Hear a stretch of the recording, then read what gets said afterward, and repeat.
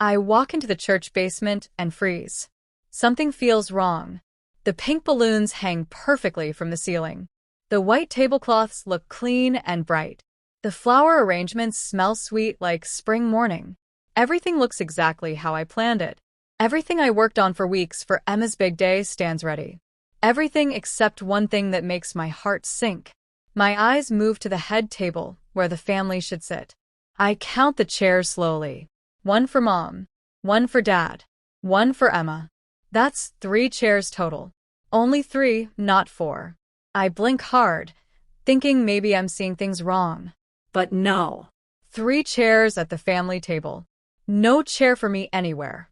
I stand there holding my planning notebook tight against my chest. A lady walks past me carrying flowers, but I barely notice her. Everyone around me talks and laughs while I stare at that table, at the empty space where my chair should be. Mom sees me and walks over with a big smile that doesn't look real. Katie, she says my name like she just remembered I exist. Is everything ready for Emma's big entrance? I point at the table with shaky hands. There are only 3 chairs there. Her eyes look at the chairs for just a second, then back at me. Cool as ice cream. Yes, you don't need to sit there. The words hit me like a slap in the face. I feel my back get straight and stiff. I see, I say, trying to sound normal. Emma comes running up in her white dress that sparkles like diamonds. The dress I helped her pick out and even paid for when her credit card didn't work. The table looks wrong, I tell her, even though I already know what she'll say. Emma's face gets that annoyed look she always gets when something bothers her perfect world. Maybe someone made a mistake, she says in that voice that means it's never her fault. I look at her for a long time. I understand, I say. Then I turn around and walk away. My notebook pressed against my chest like armor. My back straight, every step taking all my strength. I find a quiet corner by the kitchen and flip through my notebook pages. Even though I know every detail by heart, my hands shake a little. Just yesterday, I stayed in this church basement until midnight, putting up decorations and making sure every single thing was perfect for Emma's wedding day. While everyone else slept in their warm beds, I crawled around on my hands and knees fixing every tiny problem. My phone buzzes with a text from the cake lady. We only made the cake because we trust you. Emma never paid us. I close my eyes, remembering last week when I quietly used my own money to pay for the wedding cake after Emma's card got declined at the bakery. Another $800 from my savings account. Another bill she'll never know I paid. Another secret gift to her perfect day. I catch myself in the bathroom mirror. Blue dress, simple but pretty. When I made myself from fabric I bought on sale. Hair done nice and neat. Makeup perfect. Nothing shows the hurt growing in my chest. 3 chairs, not 4. A group of Emma's friends look at me and whisper behind their hands. I stand up straight and pretend I don't see them. Your sister's wedding is so beautiful. You did such a good job, says Mrs. Johnson, my old teacher. Her voice sounds kind and real. Thank you, I answer with a smile that's practiced but honest for her. Just doing what I could. What you could? Mrs. Johnson looks surprised. You planned all this? I thought you just helped with the dress. I shake my head. I planned everything. The church, the flowers, the food, the music. That's amazing, she says, then whispers, though I'm surprised you're not sitting with your family. Before I can answer, I remember something from last night's dinner. Mom's voice as she talked to the church ladies. Her arm around Emma as she introduced her to everyone. This is my precious daughter, the one who will get everything when we're gone. When someone asked about me, Mom just waved her hand. She's busy with work stuff. Not really part of the family events. Not really part of the family. I find myself hiding in a small room with my laptop open on my knees. My finger hovers over the send button on an important email. A week ago, I sent a nice but firm letter asking for payment for all my work. Professional and polite, but clear about what they owed me. Nobody answered. Family loyalty versus standing up for myself. The endless battle of my life. I stare at the computer screen, thinking about that empty space at the table. The deliberate way they left me out. 3 chairs, not 4. This stops today. 20 minutes later, I'm sitting in Danny's diner across from the church. My laptop open and a cup of coffee getting cold next to me. My fingers hover over the keyboard as I pull up all the family money records I've been keeping since I started helping with their events 2 years ago. The screen lights up my face in the dim restaurant as I click through folders I've organized perfectly. My stomach feels sick when I open the house payment papers. This can't be right, I whisper. But I know numbers don't lie. Our family house on Maple Street, the big white house with the red door that my parents always bragged cost so much money, now has not one but 2 loans against it. The second loan, taken out just 4 months ago, is almost as big as the first one. I pull up the credit card bills next. 2 months late on 4 different cards. No payments made.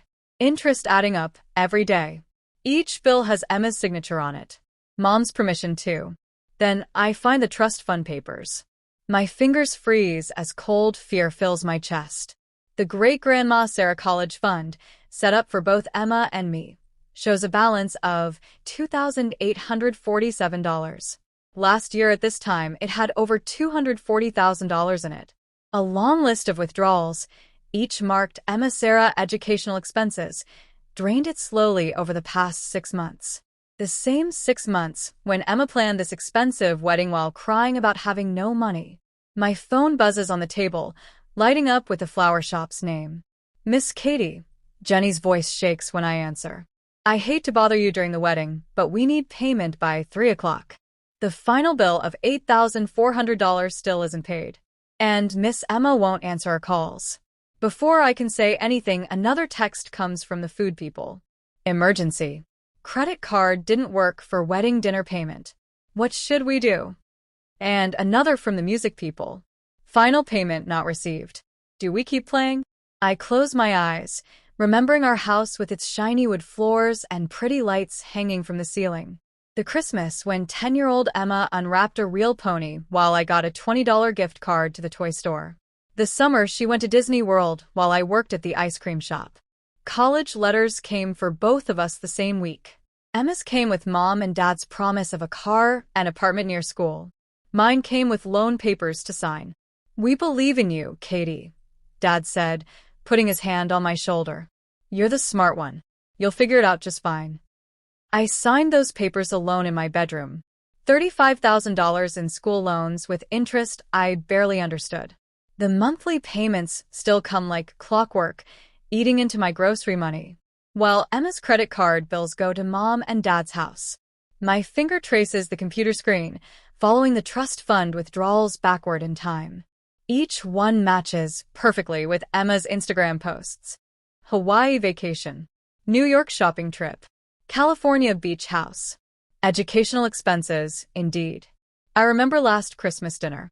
Mom raising her glass to Emma's new job at the art gallery. No mention of my business, growing to help people in 3 different cities. No talk about the award I won last month. My phone buzzes with a text from Mike, the church manager I've worked with for years. Is everything okay? We noticed you weren't sitting with your family. Before I can answer, messages start coming from Linda the photographer, who's worked every event I've planned for 3 years. I've worked with you forever. What do you need? Just tell me. Then another from the DJ, the video guy, the cake baker. All people I've built friendships with. All worried not about the bride but about me. A memory from 2 days ago comes back crystal clear. I'd arrived early at the church, organizing name cards when I heard Mom on her phone in the next room. Set up 3 seats only, she told someone. Katie doesn't count as family. She's just the helper.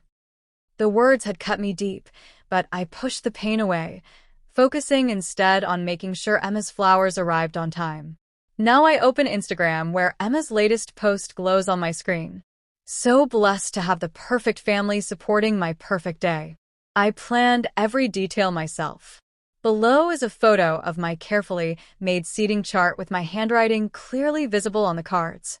I close my eyes, weighing family loyalty against self-respect. The empty chair at the family table. The drained trust fund. The years of being dismissed while they praised my independence. Mom's words echo in my head. Katie doesn't count as family. With steady hands, I sign the digital paper I'd prepared a week ago. A formal notice that I'm stopping all services due to no payment. Effective right now. My business logo sits at the top. Professional and cold. Family respects family. I whisper to the empty diner. This isn't respect. I press send, then forward copies to every vendor still waiting for money. With each click, the heavy weight of always giving lifts from my shoulders. Something I've never felt before takes its place, the lightness of choosing myself for the very first time. My phone starts lighting up with responses. I turn it to silent, close my laptop, and finally take a sip of my cold coffee. It tastes like freedom. 15 minutes later, back at the church, I spot Emma first. Her veil flows behind her as she runs between tables, panic radiating from her perfect posture. Her eyes find mine across the church basement, and for a heartbeat, I see real fear flash across her face. Katie. Her voice has a shake I've never heard before. What's happening? The music stopped, and the church manager is asking for money. Fix this. I close my laptop with a soft click. 7 days, I say. I gave you 7 days to pay the bills. 7 days of silence. I've removed my company's payment guarantee, I say, my voice steady. The church needs immediate payment now. Emma's face crumbles. Not with thankfulness for the thousands I've already spent, but with spoiled outrage. What are you talking about? You can't just. I can. I did. The words come easily, surprising me with their strength. Every vendor got notice 20 minutes ago. Behind her, the wedding falls apart like a house of cards. The band packs up their instruments mid-song. Waiters take away half-full punch glasses. At the center of it all stands Mom. Credit card held out to an apologetic church manager. Her face changes from confusion to anger as her card gets declined. Dad hovers nearby trying another card, then another. His shoulders droop with each shake of the manager's head. For the first time in my life, I see him look small. Linda, the photographer I've worked with for years, catches my eye from across the room. She gives me a tiny nod before turning her camera toward my family's panic, documenting the collapse of their perfect fake image. I stand up, smoothing my blue dress. The notebook I've carried all day transforms from a symbol of service into something more powerful. A shield, a weapon, a declaration of independence. Each step toward the center of the room feels huge, like I'm not just crossing a church basement, but crossing a line in my life. The church manager sees me and immediately fixes his tie. Miss Katie, thank you for coming. I have the contracts right here as you requested. Next to him, Mom's eyes narrow to angry slits. What is she talking about? We hired her. She works for us. Actually, the manager says, his voice professionally polite but cold toward her. Miss Katie's event planning business is one of our most trusted partners. Her company's payment guarantee was the only reason we started without full payment up front. The change is immediate and visible. Church staff who had been nice to my family now turn their attention to me. Glasses of water appear for me, not them. Chairs get pulled out for me, not them. The power flips with dizzying speed. Emma grabs my arm, her fake nails digging into my skin. Please don't do this, she whispers, her voice dropping to a desperate beg. You'll ruin everything for me. Just this one day, my wedding day. For a moment, I hesitate. Deep inside the anger and hurt, I still remember building pillow forts with her when we were kids. Before our parents' favoritism became her birthright. A tiny spark of my natural kindness surfaces, urging me to give in. Mom senses this hesitation. She walks forward, expensive shoes clicking on the tile floor, her face arranged in fake confidence I've seen her use at the country club when the family reputation needed defending. She won't dare, she says, voice loud enough for nearby guests to hear. Katie has always been just a shadow in this family. She knows her place. The words sink into me like stones into still water, creating ripples that can't be taken back. A shadow. Just a shadow. I watch my own change reflected in Mom's eyes as her confidence falters. The notebook in my hands no longer shakes. What's happening? A wedding guest whispers nearby. Are they not paying? The sister planned everything, another whispers. Apparently they never paid her business. I reach for the paper the church manager holds out, taking the pen from his hand. My signature flows across the contract with calm precision that has built my reputation in this industry. The curving letters of my name represent not just who I am, but what I'm worth. I gave you 7 days to pay, I say, my voice measured and clear. You ignored me. I'm simply following the contract. Dad steps forward, his face pale. Katie, please. We can talk about this privately. Like you talked about removing my chair from the family table? I open my folder, taking out the paper I found 2 days ago. Or maybe we should talk about how Emma drained the trust fund that was also mine. Gasps ripple through the gathering crowd. Emma's new husband stares at her with dawning horror. That money was for both of us. I continue. $35,000 that could have paid my school loans. Loans I had to take because every penny of family support went to her. Mom's face hardens. You have no proof. I push the bank papers toward her. I have records of every withdrawal, every transfer. Emma's tears change from manipulation to real panic. Her makeup runs down her cheeks in dark streams. They told me you wouldn't mind, she whispers. That you never expected anything from the family anyway. For the first time, I see the truth plain on their faces. They never valued me. Never would. The empty chair wasn't a mistake. It was a message. I close my folder and tuck it under my arm. The weight lifts from my shoulders as I stand to my full height. I may not count as family, I say, my voice carrying across the suddenly silent room, but I count as a professional. And professionals get paid. I turn my back on their stunned faces and walk toward the exit. Behind me, I hear Emma's perfect day collapsing. The whispers of shocked guests, the click of Linda's camera capturing it all, the start of arguments that will never end. With each step, the invisible chains of duty and hope fall away. By the time I reach the big doorway, I feel lighter than I have in years. The afternoon sunlight catches me as I step outside, warm on my face. For the first time in my life, I feel the full power of standing in my own light, not as a shadow, but as myself. 30 minutes later, the church basement empties like water going down a drain. Guests hold gift bags to their chests and whisper as they hurry toward the exits. Where just an hour ago plastic cups clinked with happy toasts, now church workers stack and used punch glasses onto rolling carts. The pink roses I picked with such care wilt in their vases. Petals starting to fall like snow onto abandoned place settings. I stand in the shadows by the kitchen door watching Emma's new husband Mark pace near the half-cut wedding cake. Phone pressed to his ear, his face twisted in confusion. The 3-layer cake I spent weeks planning with the baker sits partially cut. The bride and groom topper leaning sideways at an embarrassing angle. The wedding helper, whom I hired to stand in for me when I realized I'd be attending as family, approaches an older couple with an apologetic smile. I'm so sorry, but there's been a money situation with the host family.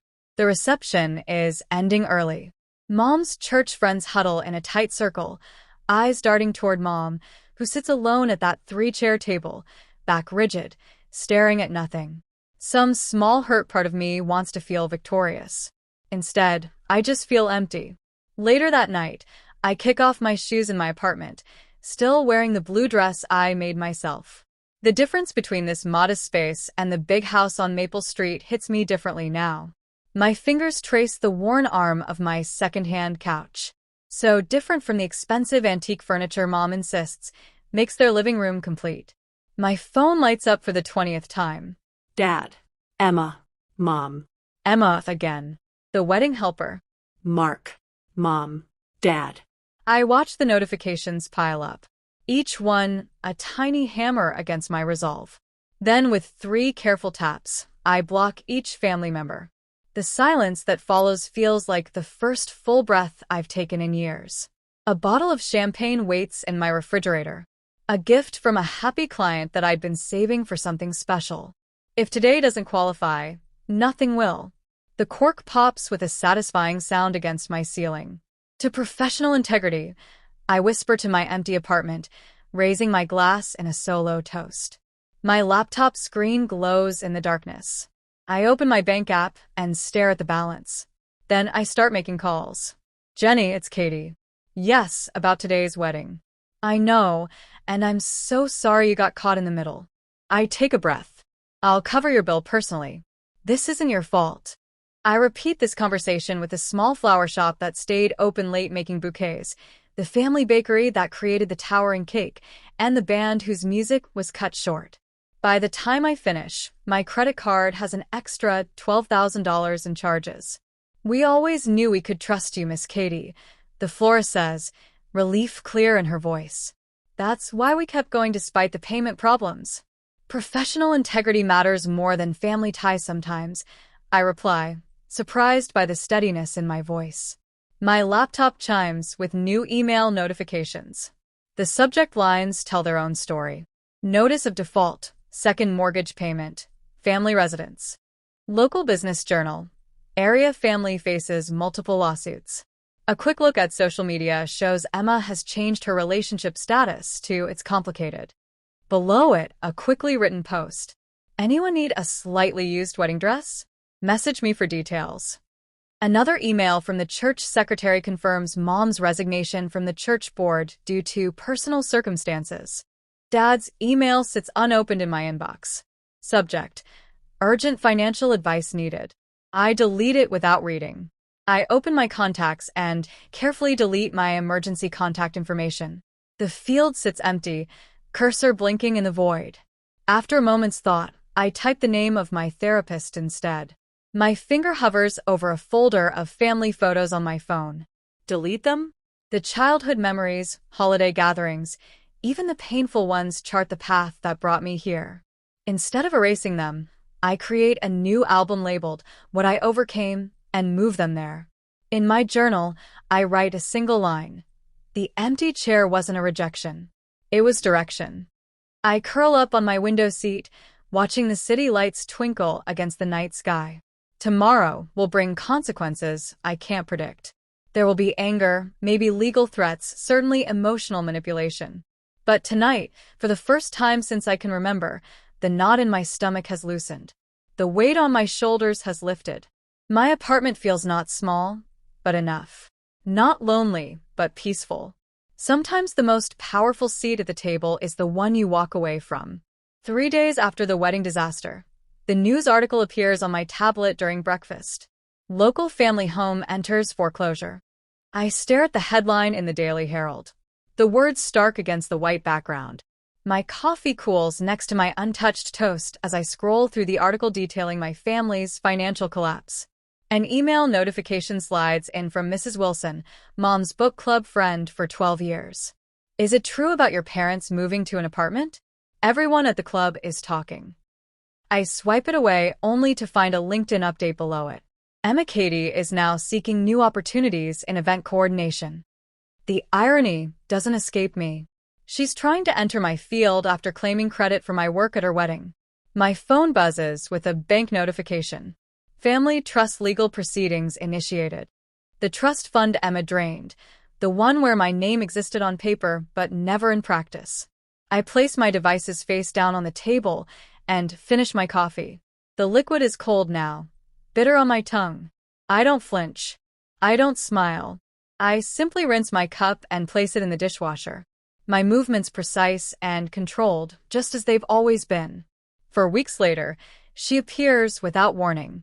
I look up from my desk to find Mom standing in my office doorway, clutching her purse with white knuckles.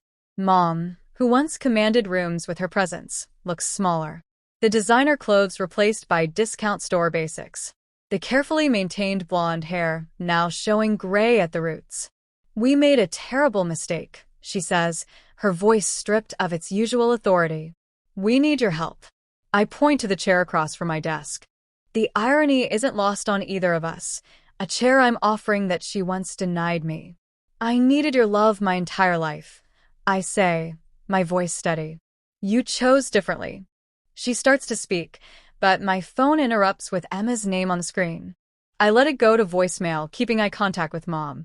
Later, I listen to Emma's message. The marriage is over. He left when he found out about the money. Her voice cracks. I didn't know how bad things were. Please call me back. That evening, a formal letter arrives from Dad. His neat handwriting covers 2 pages with apologies for past behavior, followed by a detailed request for financial help. The familiar pattern, emotion followed by self-interest, makes something final settle in my chest. I arranged to meet them at a coffee shop 3 blocks from my apartment. Neutral territory. I arrive 15 minutes early and choose a corner table with clear sightlines to the door. They enter together, a unit as always, but smaller now. Dad's shoulders slump forward, his once commanding presence shrunk by financial ruin. Emma trails behind them, her left hand bare where her huge engagement ring once sat. Her eyes are red and puffy, lacking the confident spark that once defined her. I don't stand when they approach. I don't offer hugs or comforting words. I simply point to the chairs. I've arranged 3 chairs evenly spaced directly across from mine. Thank you for coming, I say. Mom speaks first, her fingers playing with the strap of her purse. We always favored Emma because she was easier to control. The admission hangs in the air between us. Your independence scared us. We didn't know how to handle it.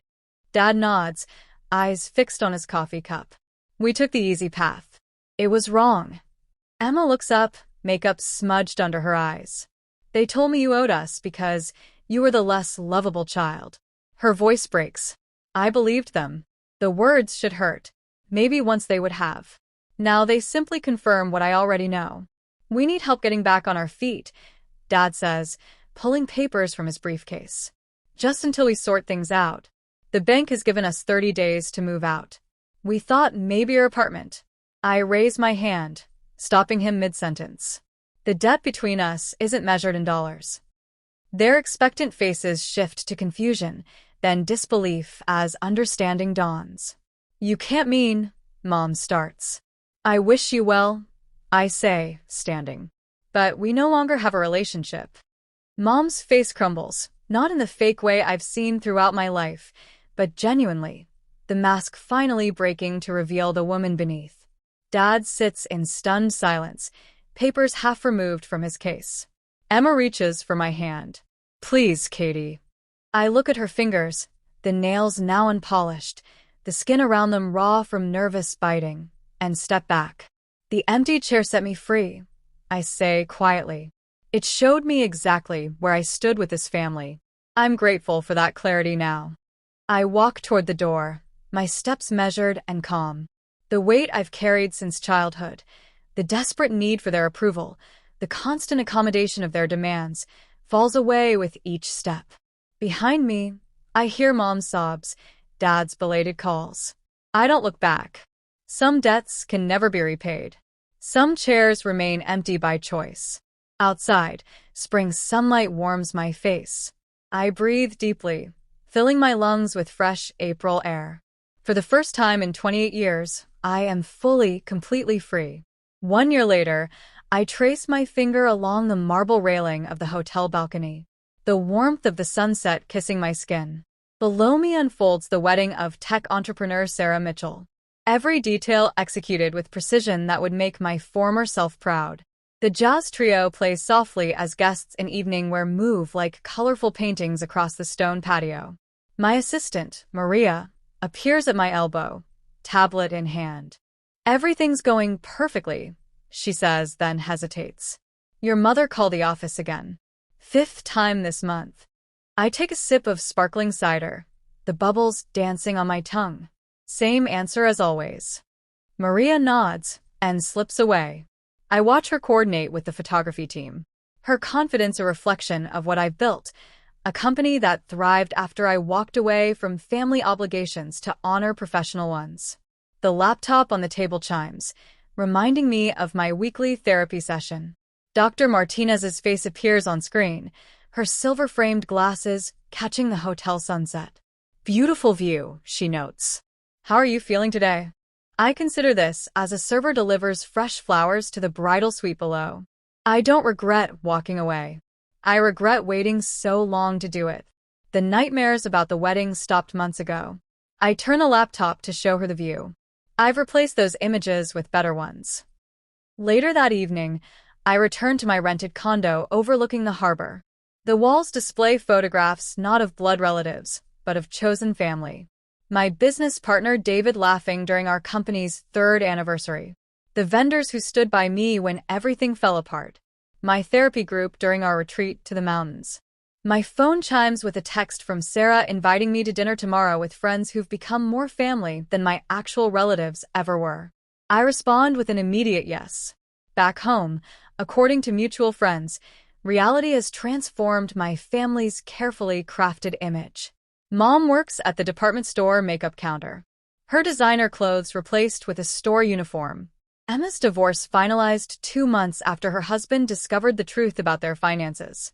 She lives in a tiny apartment remarkably similar to the one she mocked me for renting during college. The irony isn't lost on me. My parents now live in a modest 1-bedroom rental in a complex they once drove past with disdain. Those people should try harder, Mom had commented when I was 14. Now she is those people. The following afternoon, I interview Rachel Davis, a young event planner whose resume mirrors my own beginnings, working her way through college while planning events for free to build a portfolio. My parents think this career is beneath me, she admits, voice breaking slightly. They wanted a doctor or a lawyer. I lean forward.